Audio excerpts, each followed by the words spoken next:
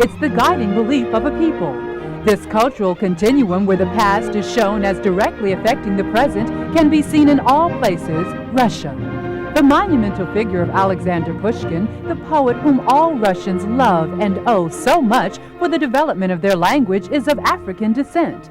Pushkin's name is inseparably bound not only with modern literature, but also with the whole Russian culture, the culture which Russia bases its pride and dignity. Russia's greatest poet, Alexander Pushkin, was of African descent. His grandfather came from Africa. And Pushkin to Russia is like Shakespeare to the English-speaking world. His influence was truly remarkable.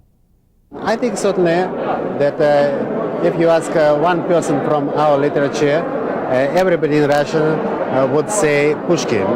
And for us now, Pushkin is very important not only as a genius, but for so-called, how they say, not a man of Russian chauvinistic culture, because he has in his blood black blood. The most popular became Hannibal. He became popular on two reasons. First of all, because he was a great-grandfather of Pushkin, a great black poet who became very famous in the Soviet Union, and then because he became a friend of the Tsar, Peter I, Peter the Great. When the first people of African descent of contemporary times appeared in the Soviet Union in the 1920s and early 1930s, they created a delightful sensation. The fact that they were the object of discrimination and racial violence in America only added to their presence in Russia. In the 20s and in the 30s, there was a very strong influence of Soviet Union in the United States. And thousands of Americans, about 15,000 maybe, came to the Soviet Union. No, first of all, Lenin was supporting of this idea to get help from foreigners. The country was ruined after two revolutions, after the Civil War. For quite some time now, we have received very well and have known about a lot of black Americans in our country. For example, Paul Robeson was incredibly popular for some time, a remarkable American singer. He gave great concerts, huge audiences, and he would always ask me to come to his concerts, would always ask me to come up to the stage. And he would always tell the audience that his father and I come from a small place in New Jersey. So Robeson was always somebody quite incredible for me. I was young at the time, small, and I saw this huge, gigantic rock, this incredible smile, incredible courage.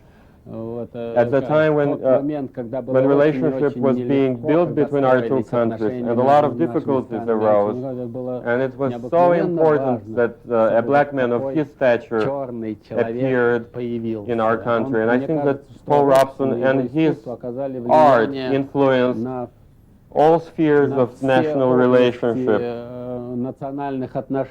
And then the attitude towards the American black became an extremely positive one, because it was equated with people who'd come over here to help us build this new society, because it was equated with Paul Robeson, the great Afro-American singer, actor, who was, in his political views, a communist,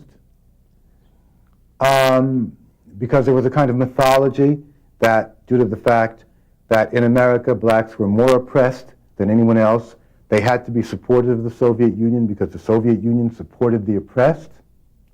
So there was a kind of a mythology that created a very positive attitude towards blacks. In a nation that clings to its memories and reveres its historic heroes, there's a weariness about too much change. As Gorbachev attempts radical reform, citizens still line up to visit Lenin's tomb in Red Square. The faces express determination, involvement, expectation, but also anxiety. For Mikhail Gorbachev is well on his way to creating a new Soviet Union. His reforms are changing the USSR. Whatever course the Gorbachev revolution finally takes, it's already one of the most momentous events of the second half of the 20th century. At the same time, for people of African descent living in the Soviet Union, view their future by the special nature of their arrival in Russia. For them, Russia provides the African Russian with the opportunity to find out something about his or her real abilities, and in time reflect a real sense of progress.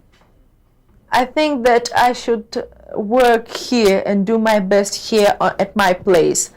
I can't do many things and I can't change the world here, but I can, step by step, I can help something to my people.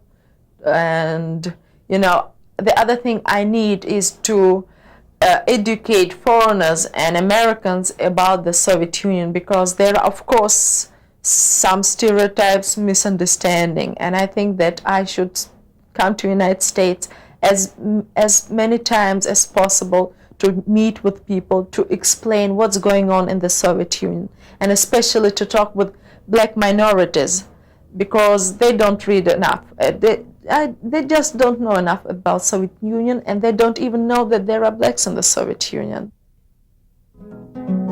Ebony Kinship presents a new frontier of human and institutional development, the African diaspora, which will have a major impact on men and women everywhere. People must know their history. We don't learn history of black people. Well, of course, we know history and of France, of Africa, of, I don't know, United States, we know that. But I'm talking about history, cultural history of different black people. I mean, well, all over the world.